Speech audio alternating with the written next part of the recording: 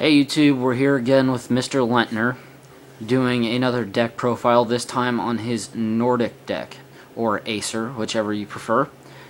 Alright, let's get started with monsters. Okay. First up we have Valkyrie the Nordic Ascendant. It's a main card in the deck. You normal summon it right at the beginning when you control no cards, your opponent has a monster out. Summon it, banish 2 monsters, get 2 tokens, and it's an instant synchro for level 10, which is big. Nice. Vanitas, another tuner. The deck's actually extremely tuner heavy. Reasonable attack, but can be substituted for any of the other Nordic tuners.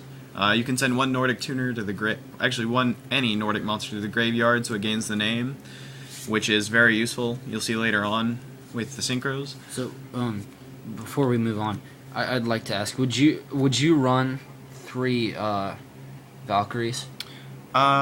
Yeah, you'll see later in the video. I actually have a card in here right now that'll be replaced with another Valkyrie soon. Okay. Vanitas, it's possible to run 3 as well. They're highly useful, but the deck's already tuner heavy as it is, so I figured limiting it to 2 would be good for now. Yeah, that'd probably be a good idea.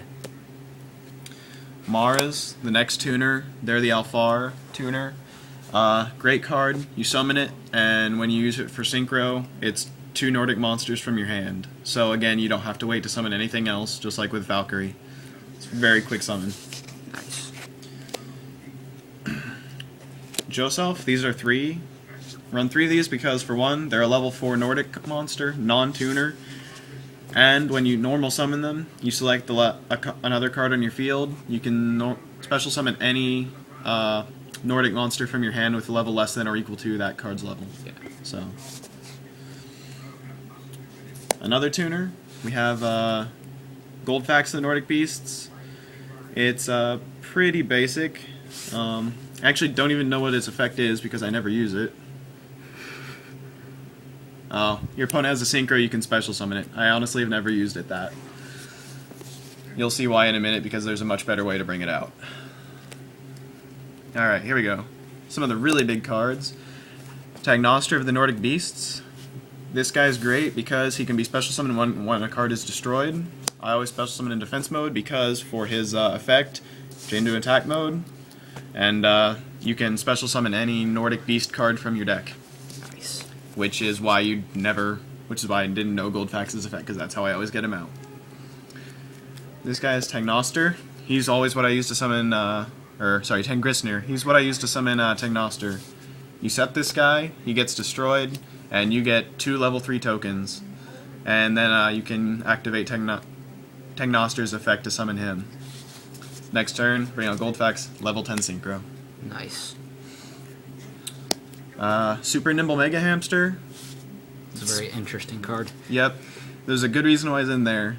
You set this guy, your opponent attacks, he might survive, he's got 1800 defense, but even if he doesn't, flip effect, you can add 1 level 3 or beast monster from your deck to your hand. So that's either of those oxes you just saw. Both big cards. Anyway, here's the card that I need to remove for a Valkyrie. It's a level 5, it's a tuner, pretty much overall sucks. The only thing is, he lets you add a Nordic monster from your graveyard to your hand. It's decent, but for what it takes to summon it, to get the effect you have to normal summon it, it's not really worth having in the deck. So basically you get the card you use to normal summon it back. Yeah. That's the basic premise of it.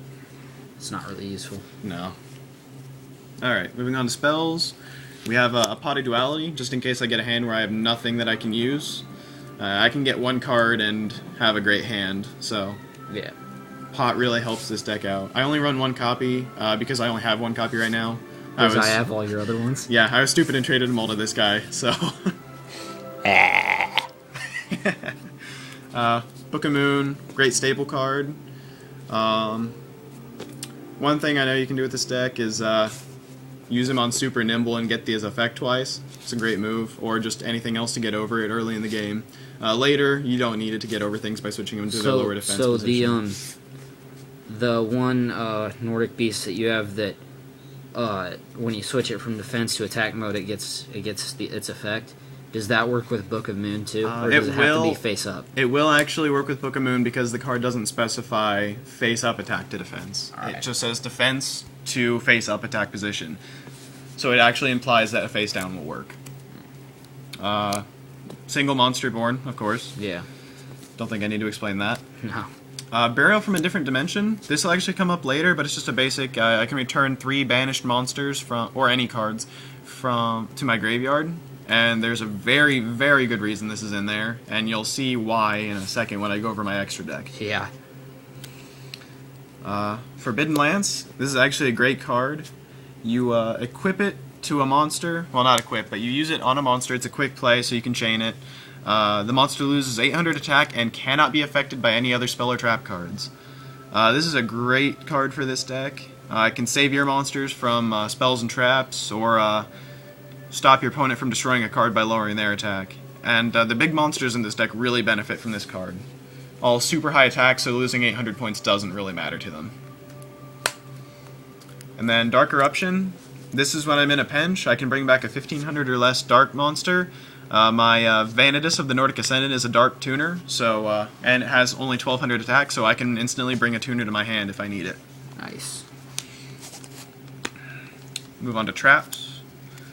We have a Mirror Force, good Obviously. staple card. I run a single Torrential. Again, I don't have another copy of this yet. I would probably run a second one in this deck, I think. Call of the Haunted is great for the larger synchro monsters if you lose them and can't bring them back, because they do have special conditions on them. So in the event of something going amiss, this is a great card when they end up in your graveyard. I run a single one of this card. It's Divine Relic Jolnir. I activate this, and I select one of my Aseers, which are my synchros, my really big ones for the deck, and they can attack twice in a turn. It can really help out sometimes. Here's a card that I'd really like to get several more of. Basically, it's a trap. It's called Gleipnir. When I activate it, I can add one Nordic monster from my deck to my hand. It would just help the deck run faster overall to have it. Yeah, it's kind of like the smoke signal of this deck. Yep. Xian smoke signal, yeah. If you see other deck profiles in my decks, you'll know that Starlight Road is a card that I really like to put in. I always try to run 2, and of course if it's in there, there will be 2 Stardust Dragons as well, but great card, stops Torrential and Heavy Storm, gets you a big monster out with great effect. Great card. Nordic Relic Levitine. This is actually one of my favorite cards in the deck. It's a great way to punish your opponent for destroying your monsters, which you actually want them to do anyway. So them destroying your monsters works into you, and then you can punish them with this card.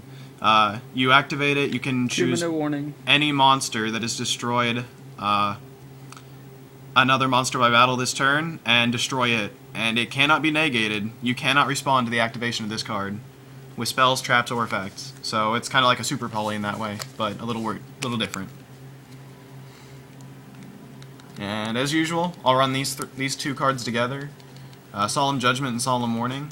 Yeah, just staples. Yep, main staples, like running them. Alright, extra deck.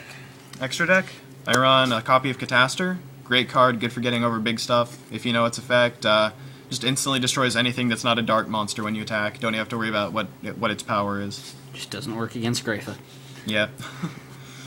Naturi Barkion. I'd like to have a beast in here too, but I don't have one right at the moment. Good for stopping traps, spells. Can be useful when against certain decks. Yep. Lightning Warrior. He's just a big guy that I throw in, and he's got a decent effect if you can use it. I'd probably replace him for a beast when I get one, but for now he's a good card. Just basic synchro if I need something big. Yeah. Next up, I run a Zaymon of the Ape King, just because it's easy for me to sync for 7. And he's just fairly large, and I've never used him, so I'm afraid I don't know his effect, but... We have like 30 seconds left. Seriously? Alright. Black Rose Dragon, great staple synchro. Blow shit up when you bring it out, nukes the field, or just a good attacker. Yeah. 2 Stardusts, of course, for the Starlight Roads. And this one I can actually summon him on his own as well. This is one that might surprise you. I have a Red Dragon Archfiend. He's high attack, and I like running him just because in case I decide to add a Red Nova Dragon in, I really want to use that card. Yeah. So, good attack, good effect. A little uncommon. This is good because it's a level 10. Really high attack, 3300, great effect. I have a good choice of what I can do with him. Dark monster, he's great against hero decks. It's hard to bring out one of my other dark monsters, so this guy's a good fallback. It's a great card to add to the deck just because he's level 10. Alright, now we get to the shiny main cards. We have 2 Ultimate Loki, Lord of the Aesir's. 3300 attack. Each on your turn you can negate 1 spell or trap. When he's destroyed by battle or by card effect on your turn, you can remove a Nordic Alfar tuner monster from your graveyard, banish it, to resummon him, and add a trap card from your graveyard to your hand. Great card. It's one of the main ones in the deck, of course. Next up, Thor, Lord of the Aesir. Big, 3500 attack, even bigger than the last guy. His effect is I can negate the effects of all face-up monsters my opponent has.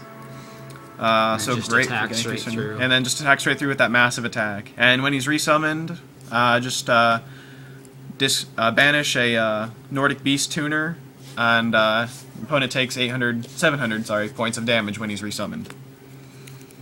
Then the really big guy, we have Odin, Father of the Aesir. Him, during my main phase, I can make him immune to spells and traps. And 4000 attack, really massive. And when he's resummoned, just banish 1 Nordic Ascendant Tuner, and I get to draw a card. So, all really powerful, really big.